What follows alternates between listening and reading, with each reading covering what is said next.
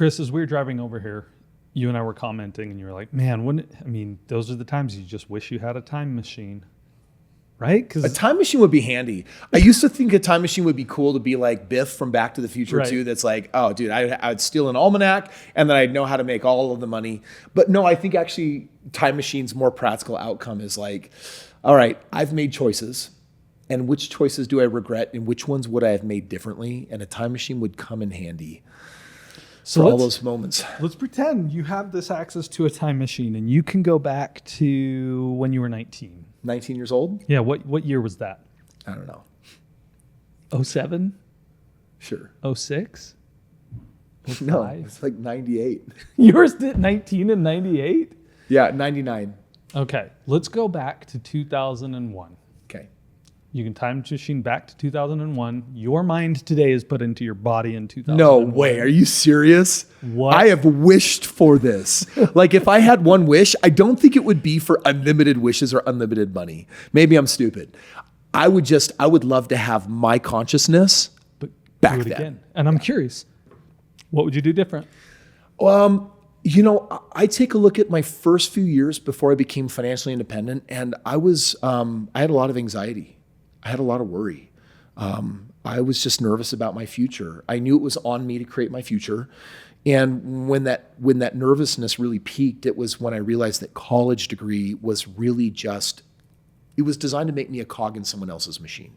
It was, it's weird. Sometimes I felt like my generation, college was treated like higher learning and higher education, and it is like the apex. The pinnacle. It's the pinnacle. And I'm like, that was just really expensive job training.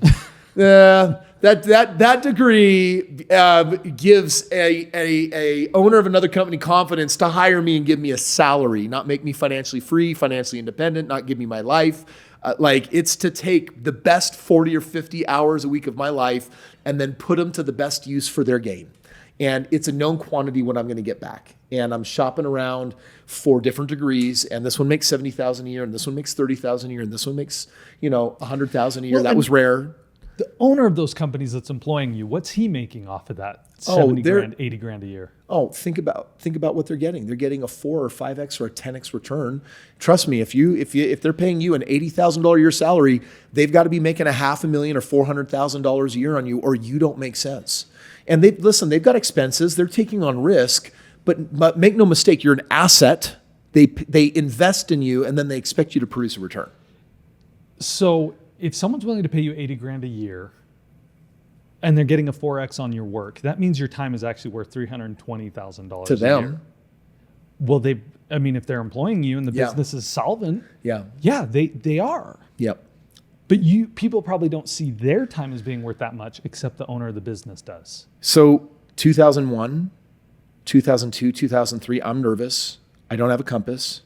I don't know where I'm going. It's all on me. I'm scared. And the best job that I could get at that time was a telemarketing job. And that telemarketing job, gave me sales experience. I did learn how to, my first year, go from making under $20,000 a year, and 4 years later, I was making 6 figures. But if I could have my consciousness today, back then, I would have a blueprint. I would have a game plan. I would know exactly what to do, and I would have no fear. I would be fearless. When you're young and you have no money, you can afford to be reckless and fearless. You got nothing to lose.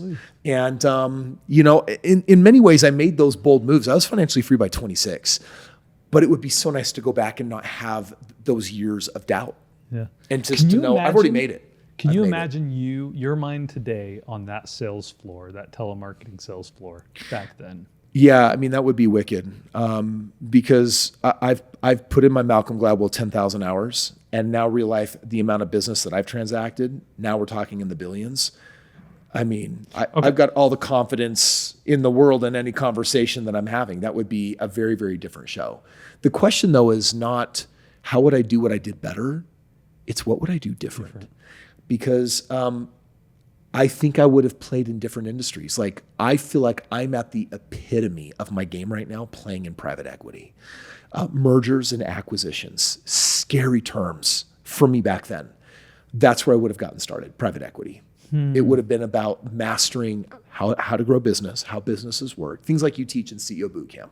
The fundamentals of business, the fundamentals of the financials, the accounting of business. Like how do you pick a business that can produce cash flow? How do you pick a business that has exitable value? How do you pick up a business for nothing and then sell it later for $100 million and take the difference, right? Those kind of things, like unlimited financial growth. But a lot of people are picking small games. Like, think about the mechanic. He's like, yep, I know how to fix cars. I do. Great. If your car ever breaks, you're going to save at least a couple grand on the bill. You can fix it yourself. No, what a curse. You're a barber. What can you do? Cut your own hair? Like, you get the benefit of your trade. And no one stops to ask, are they in the right trade? And it all depends on what you want to get out of it. Because some people are really happy just doing their trade, doing their craft, knowing that they'll financially never get where they want to go. But I'm like, man, at some point in life, don't you look back and just say, hey, if money is the common denominator to all life experience, like money is how I have someone picking up my prescriptions in this moment that's not my wife. And also like getting all my vitamins and like refilling all of my thingies for all my health protocol, right? For my biohacks. And I got someone else right now cleaning my house. I've got other people right now that are building an addition to my house next door. Like I've got people that are causing everything that I don't have to be doing. That all works because I have money. And so, yeah, going back and having a lucrative opportunity that would value my time and create massive acceleration creates opportunities that you can't have otherwise. But then again, I may not be a good person to take advice from because I'm not like most people. I'm easily bored. Put me in a day job, 9 to 5, 5 days a week, doing the same thing day in and day out. Me, I just dream of how I want to leave this planet. I don't want to be here because there's no growth. There's no challenge. There's no level up in that game. And that level up is so slow. I don't think I could do it. Well, one thing's for certain, Kris, you do operate different than most people that I've met. And that's why people want to learn from you and take that advice because your results are different than most people's. Okay, let's fast forward a few years. 2007, you're launching REIC. Oh my gosh. Real estate. If I knew everything that I knew right now and I knew that 2008 was coming, what would you have done different? Yeah, you have your mind. I would have started in 04 and 05. I would have had a 3-year preparation launch plan. Oh man. Yeah, I would be dropping a lot of media. I put a lot of money into advertising as a prediction that the market is going to turn south, and this is how you take advantage of it. And I would have prepared capable, able people, and then I would have partnered with way more people. Yeah. Like there's no way 2008 doesn't happen that I don't walk out of that a billionaire, in the least. Okay, another game that you've mastered in your experience is the media game, the YouTube game. This game that we're doing right here, communicating with the world. Yeah. What would you have done different with that? I would have been there. I really hopped on social too late. Like YouTube had already had its major spike. The people that catch on, Threads is a brand new social, and we've hopped on it, and our account is skyrocketing. Yeah, you're like what, 50,000 followers on Threads already? Just timing. Yep. Just started. It's just timing. We caught TikTok wave pretty good. YouTube, we got the tail end. TikTok, we've got a couple of accounts over 1 million. Yep. Right. And for being in the boring financial space, I don't make cat videos or dance videos. Like those are good numbers. So I would have started the social game earlier. And if I knew what I knew now, I mean, dude, if you watch my early videos from 8-9 years ago, they're great. A dork, a big dork. No, so I mean, that game would be very, very different. What's up, Kris Krohn here. I am pausing my own podcast to make sure that you have my cell phone number. Because as you're listening and thinking to yourself, man, I wish I could text Kris and ask him a real estate question or a business question, a marriage question, a health question, I got news for you. The phone number is right here. It's 385-217-3477. Save this in your phone and literally start texting me right now. Just drop your name and say, hey, Kris, it's whoever you are, and ask me a simple question. Let's go. All right, let's talk health. You time machine back to when you were, 20, 21. Dude, I lost a decade playing the game the wrong way. I was going to the gym 5 to 6 days a week, almost every single day. So you knew it was important. I loved the feeling of going to the gym, but I didn't know how to get the result. I made the mistake of I know. I had the I know mind instead of the white belt. And I didn't have a coach. I was just learning by watching the next guy or reading an article online. And I got a workout in, and my workout felt like it was hard, so I thought that it was good. There's a difference between effort and achievement. And I spent a decade in effort land and not in achievement land. How would you describe the difference between effort and achievement? For those who don't know, because there's so many people, Kris, so many people trapped in the effort game, and they think they're winning. So here's the reality. If your goal is to grow your muscle size and to grow strength and to control your body fat, then if you don't put enough in, you're not going to get enough out. And so there's a lot of people like, I put in my time. I'm a list checker offerer. I did it. It was on the list. I went to the gym. It was Monday. It was chest day. I lifted my chest. And I'm like, cool. Did you lift it the way a professional bodybuilder would, that would tear your chest so that it would look and become like a bodybuilder's? No, I just got a really good chest day. It's like, okay, then there's confusion on mistaking movement for achievement. That most of the world lives in a world of movement. They're either not motivated and beating themselves up mentally because they're not doing what they're supposed to, but then when they finally get around to it, it doesn't matter anyway. So achievement means a result. Yeah. And effort means I can check something off a list. And effort is called a waste of life. If you don't get the result, all you did was waste. Your life would have been better had you done nothing. That's the difference between effort and a result. And so there's a lot of people that are literally just out there like, look, I'm efforting. Look, I'm moving. Cool. Did you get the objective? No. Did it matter then if you did it wrong? They say practice makes perfect. Perfect practice makes perfect. So I spent a decade practicing imperfectly. And you got imperfect results. And I got imperfect results. Yeah. Okay, last thing, and we'll round this out. Your life connections, your relationships. Geez. I wish I could go back to the beginning and say, listen up, numbskull. Number one, you think you know what is best for this woman that you've married. You don't.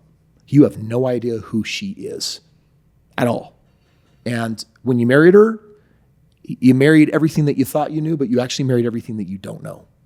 And so release agenda. Stop shooting on her. Don't think you know best. It's her life. Let her find her way. Let her live her best life and be supportive and patient and loving, as opposed to shooting all these things that you think. Okay, you've used that term twice. Let's break down these terms for those who haven't heard. What do you mean by shooting on her? You should sounds this. like Carson, you should do this. I made these financial choices. You should make these financial choices. I go to the gym at 4 a.m. Carson, you should go to the gym at 4 a.m. But aren't there things? Kris, Carson, I just read this book. You should read this book. And I was stuck in a game where if I did something that was good for me, I confused it as good for her. I think there's a lot of people that do that. And you're saying that's wrong. For me, oh yeah.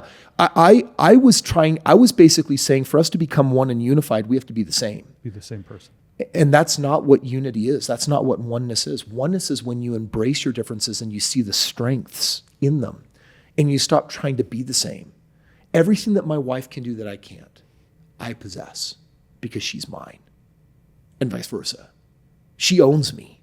So everything I can do that she can't is hers. So it's better for us to lean into our differences and bring variety to the table because we're a sum of both of our strengths as well as our weaknesses. And we're a sum of all of our love.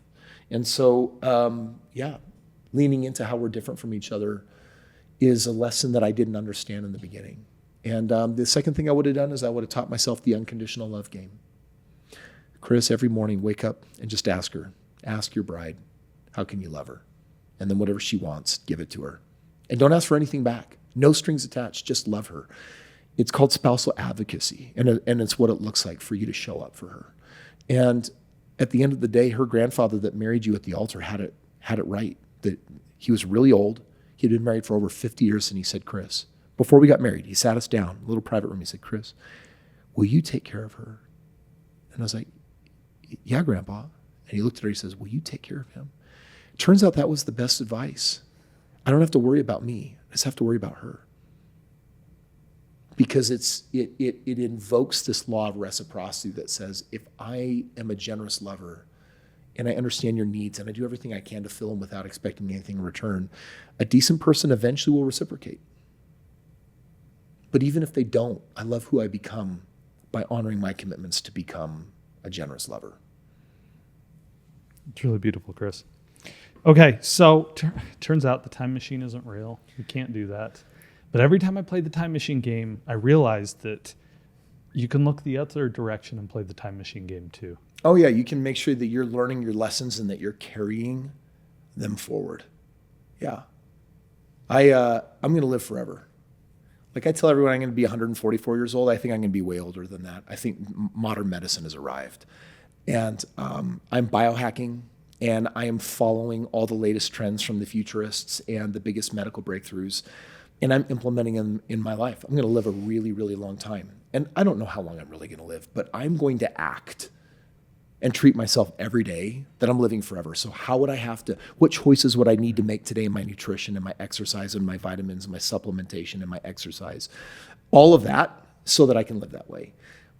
I've been married now for 21 and a half years, and I am bent on having the most inspiring relationship on the planet. And it's just for us. And it's just advocating for her every single day in every way that I possibly can. And financially, I got goals. I have people to influence, I have things to do. Money comes as a natural result of succeeding in business and innovating and providing the market what it wants. And getting good at that spiritual game is one that lights me up. So learning every lesson I possibly can is what I do every single day, and then we implement it, and then we get better, we get stronger, so that when a recession hits, you navigate it successfully.